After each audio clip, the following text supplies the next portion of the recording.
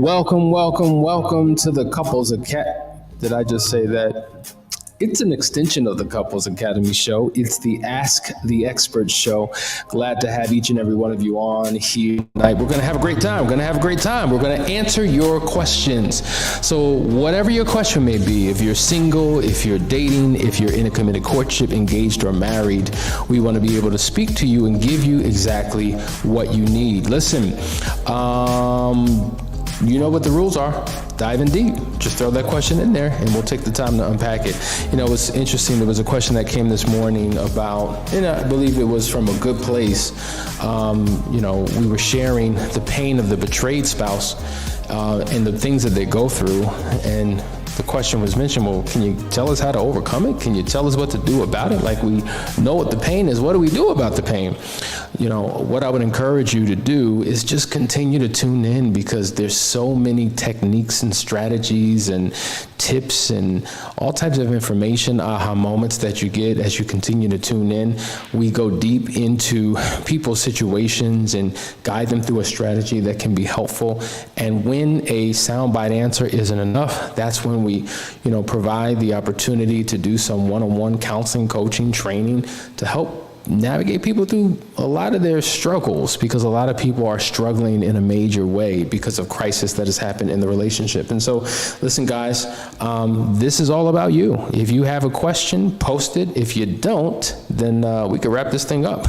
But before we continue, just a couple quick announcements. Last Chance Weekend, as you know, February the 11th through the 13th. We're excited about that. It's Valentine's Day weekend. It's going to be a phenomenal time. It starts next weekend, so it's not too late to sign up. Also, we made the announcement earlier, but we are starting round 2 of the FOUNDRY program.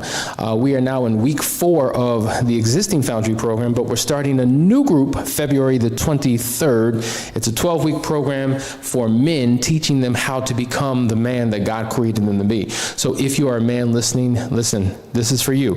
If you are a woman listening and you are dealing with, in a relationship with, or married to a man, let me tell you something.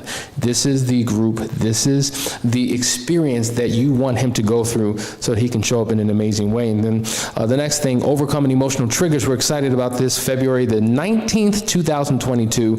It will be from 3 o'clock to 7 p.m. It's only $197 for this masterclass. It is a 4-hour masterclass. Now, if any of you are familiar with what we do when we work with couples, a couple session for just an hour is $250. However, this is a 4-hour masterclass for $197, where we will take you not just through information, but we will take you through a journey. There will be experiences. There will be a journey that we guide you through, where we're actually having you embrace and do techniques in real time to help begin to manage and overcome those emotional triggers. So if you are still struggling with trust, if you're still dealing with feelings and emotions and thoughts that you can't get a hold of, this is what you want to do. Someone asked, is it in person or is it online? It is online. So when you sign up, you will get a Zoom link, and people will be joining us virtually from all over the world. So we're excited about that.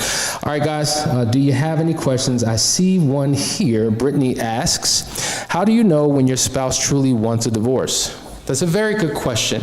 There are some people who operate in a very direct way, and then there are others who are very indirect, right? Some who are aggressive, some who are passive aggressive. So if he or she is not verbally saying, I want a divorce, maybe there are actions that he or she is demonstrating that give an indication that they want it to be over. Interestingly enough, there are some people who want to share a narrative that would suggest, she left me. Yeah, he filed papers and he filed for divorce. It wasn't me, it was him. So they may do certain things to force your hand because they ultimately want the divorce, but they're not willing to do it. Does that make sense?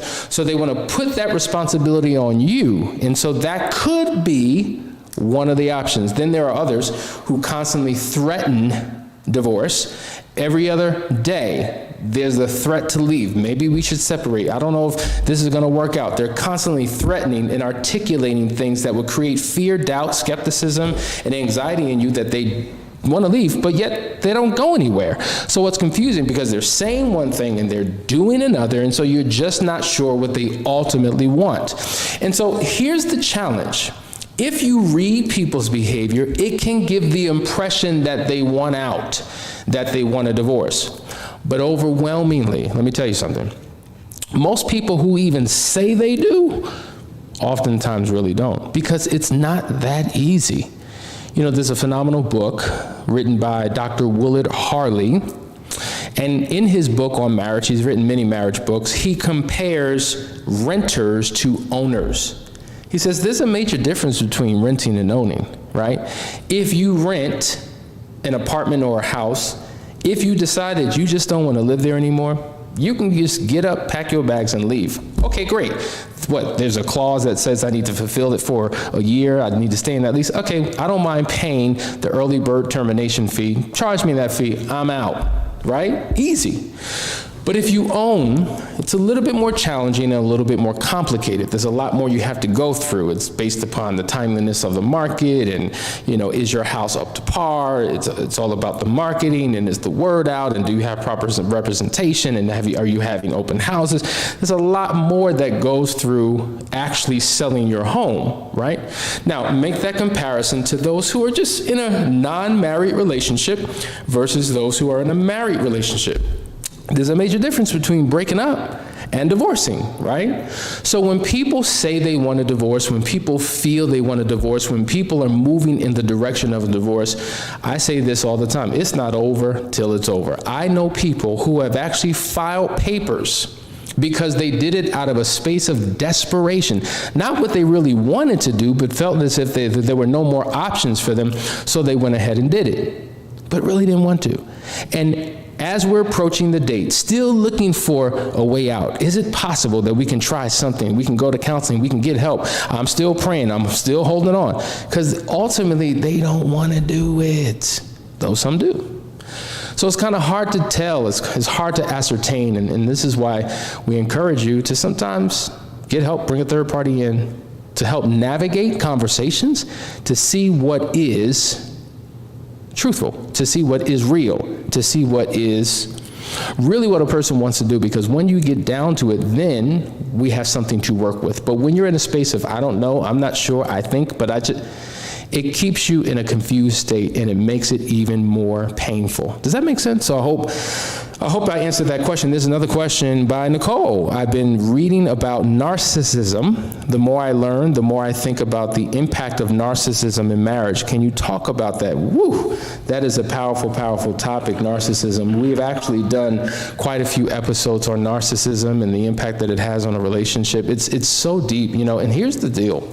You know, the fact is, not as many people are narcissistic as you think.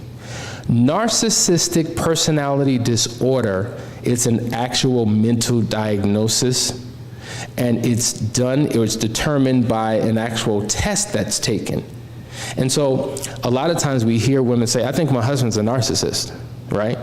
Or I think my wife's a narcissist. And the fact of the matter is, when you really look at all the characteristics and attributes of it, many of us have these attributes. There are things that all of us do that may indicate that there are, I don't know, behaviors and reactions to things that are narcissistic, but it doesn't mean that we're a narcissist. You see the difference?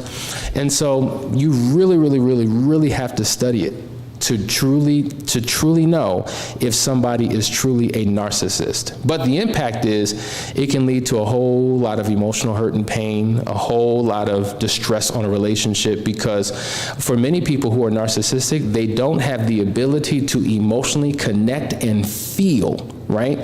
They don't operate in that realm. They operate more in a logical realm where there is less feeling and emotion. So compassion and empathy and knowing how to connect with someone is very difficult.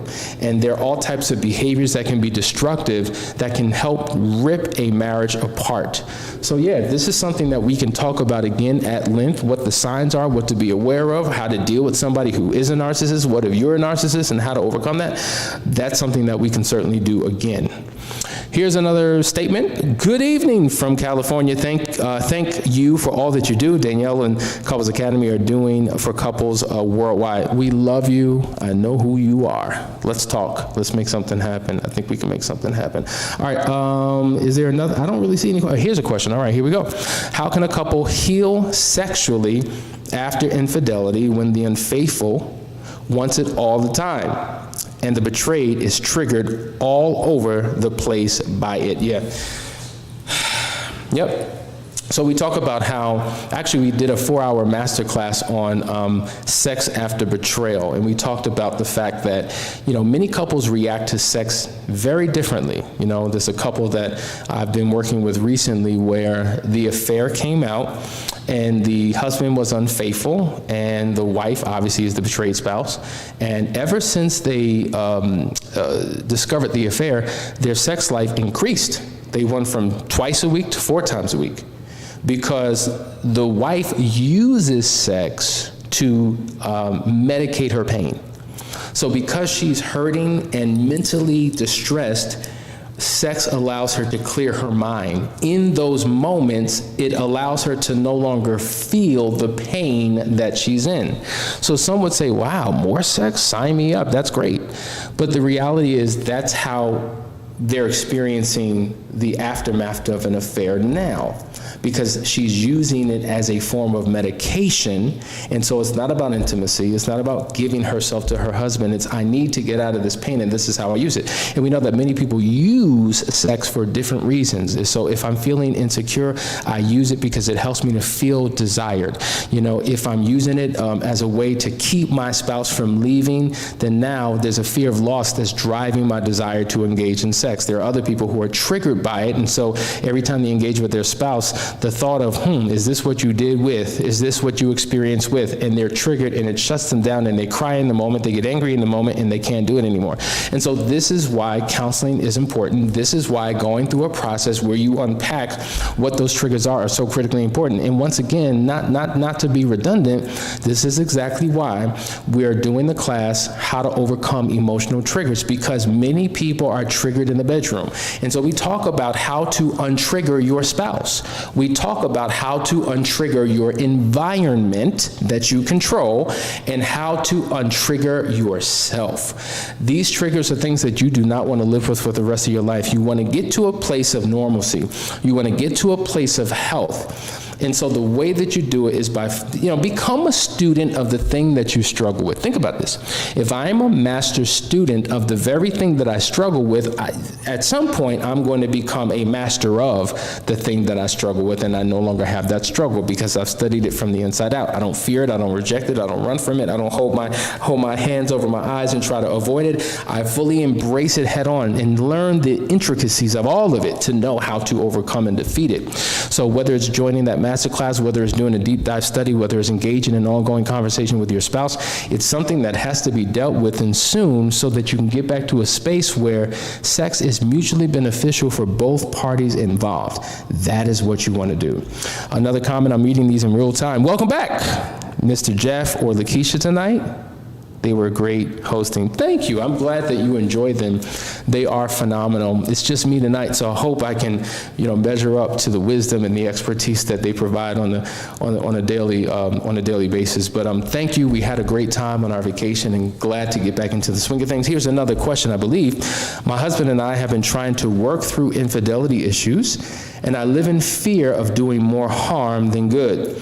I still struggle with comparisons and self-loathing and sadness while trying to be strong, I think it goes on to say, and positive in this recovery. Is there any wisdom that you can share? Yeah. There's a lot of wisdom. So let me recommend a book. Like, people say all I do is promote counseling, and it's a sales pitch, and okay, great. I'm pitching you because I know what's waiting on the other side when you get involved in the process. But if that's not your stilo, if that's not what you want to do, okay, to each its own. What I would highly recommend is that you get a book by Shirley Glass. Write that down, Shirley Glass. The book is entitled it's called Not Just Friends. It is a phenomenal book that talks about the nature of an affair, why they occur, how to avoid it, if it does happen to you, how to recover from it. But it just doesn't just talk about the affair itself, but it walks you through a very comprehensive recovery process with your spouse, and it talks about how to deal with all of these triggers and these emotions. So it's a great resource. I mean, I have a little library over there with an incalculable number of books. That is by far the #1 recommendation in terms of a book on recovery from an affair that you could ever read until mine comes out. But yeah, that's what I would highly recommend. And at the end of the day, like, it's about once you read it, experience it. Don't just read it and race through it and say, done, what's next? No, you don't need another resource. If you truly walk through that book and experience it by doing what it tells you to do, it will work. It will work. Now, here I am telling you about someone else's resource. Get it. It's a phenomenal one, and it will guide you through that process. Not a lot of questions tonight. I hope that there are more, and I hope you're getting something from these answers. I don't want to race through it. I want to take time to really unpack it to give you what you need. But in the meantime, guys, what we're going to do is we're going to go to a quick commercial break. We'll be right there. So if you have any new questions, post them, and we'll talk about it on the other side.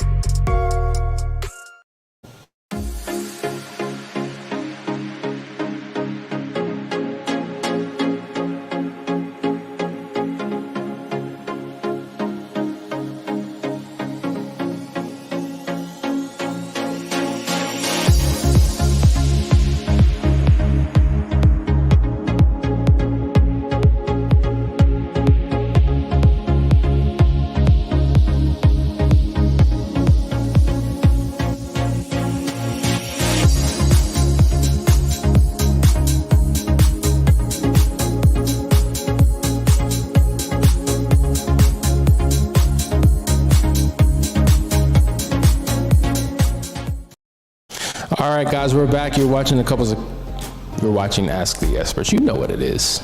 Let me be me and you be you. All right. Here's a question that just came in. Will the Foundry and Unearthed program be continually offered throughout the year or only for a period of time? That's a very good question, because someone else just asked the same question. When is the next Foundry program starting? Yeah, we will be offering it. Now, the schedule is going to be a little bit different. Jeff and I, who are leading the Foundry program, we're starting a brand new session, if you will, in 2 weeks. The date is going to be February the 23rd. That's just 2 weeks away. So we've already had 2 people who have registered for that. So we have a lot of men. It's going to fill up fast. It's filled up fast the first time. So if this is what you want to do, definitely sign up. Whereas Danielle's, she will start the next one once she's complete with this 12-week cycle. So hers will be April 6th through June 22nd. Once again, women have already signed up for that, and they are in waiting. So if that is something that you want to do, listen, we're about to start unpacking and rolling out some testimonials from those who have been in the program thus far. And it's just, I mean, we're hearing on the inside what it's doing for them and how it's making changes in their personal lives and in their relationships. So listen, sometimes you just got to do it because you'll get a significant amount out of it. All right, here's another question. Should the unfaithful spouse be looking for forgiveness from the betrayed spouse? Why is it so difficult? Well, I mean, I would. I mean, if I was the unfaithful spouse, I'm always going to be looking for forgiveness from the betrayed spouse. Sure. I mean, because ultimately I want it. As the betrayed spouse, it may seem as if maybe the betrayed spouse isn't ready. Or, we do say that forgiveness is a decision, but there's a process that goes along with that decision. And based upon a person's personality, based upon their history, based upon their upbringing, their relationship with forgiveness may not be the relationship that you've had with forgiveness. And so while some can easily forgive, others really struggle with forgiveness. And one thing that we have discovered is that if you were to ask 10 different people about forgiveness, you may get 10 different definitions. You may get 10 different interpretations of it. And I think oftentimes we add our own ingredients, our own perspective, our own ideas, our own belief systems to forgiveness and make it something that it's not. And the thing that we're adding to it makes it impossible for us to actually forgive. So because of this, I can't do it. Or because of that, I struggle with it. And I'm like, well, the thing that you just said that you're struggling with and can't do has nothing to do with forgiveness at all. And I think that many of us do not have a comprehensive understanding of what it is, and that's why it is so difficult. Now, if there are blockages, because one of the things that we do when we're walking couples through a forgiveness process, we help identify some of the obstacles, some of the pitfalls, some of the roadblocks that get in the way. And once we identify what that is, because we take them through, these checks, we're assessing things, internally about the person who struggles, and then we assess things about the spouse. And then once we kind of unpack this, we're able to quickly see, oh, this is where the block is. Oh, this is where the struggle is. So when we work on those individual things, it clears the way and creates a pathway for couples as they go on the journey or the pathway of true forgiveness. And so sometimes there are some blind spots, some things that we are not aware of that become crystal clear in this process that then they say, wow, I guess I can forgive and I'm willing to embrace it. And so forgiveness is one of those things that really people, if you don't have any experience doing it, if you had a habit of not forgiving people, then you bring that same habit into your existing relationship and it becomes difficult. So this is why sometimes working with somebody else is so critically important to help you overcome. All right, here's another question. Thank you. Thank you, Hassani. We're working to save to come to the last chance weekend, and we would really benefit from FOUNDRY and UNEARTHED. We are working for it. Listen, I appreciate you saying that. Anything that we can do to assist you, please let us know. There is a payment plan that we have for the last chance weekend and private marriage intensives. I know that, there's a cost associated with it, but I promise you, you're going to get more than what has even been articulated, what has even been promised, because we believe in doing that, giving you more. We believe in underselling, but over-delivering more than you could ever imagine. Right? So we appreciate you guys. Listen, whatever you do, it's about doing something, right? It's about doing something. So many people remain stuck and do nothing. And if you do nothing, you are guaranteed to get a result out of that. If you do something, there are no guarantees, but you will be guaranteed that your situation won't remain the same because you're doing something. And even if you're inching your way forward, guess what? You're moving forward.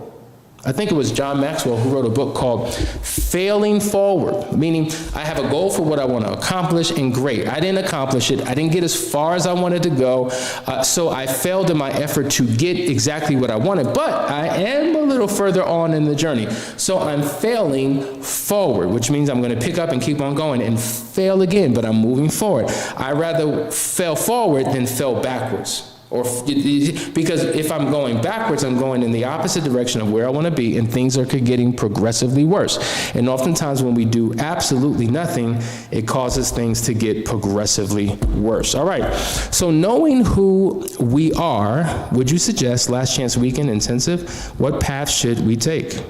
Yes, I know who you are, and I absolutely would. Let me just say this.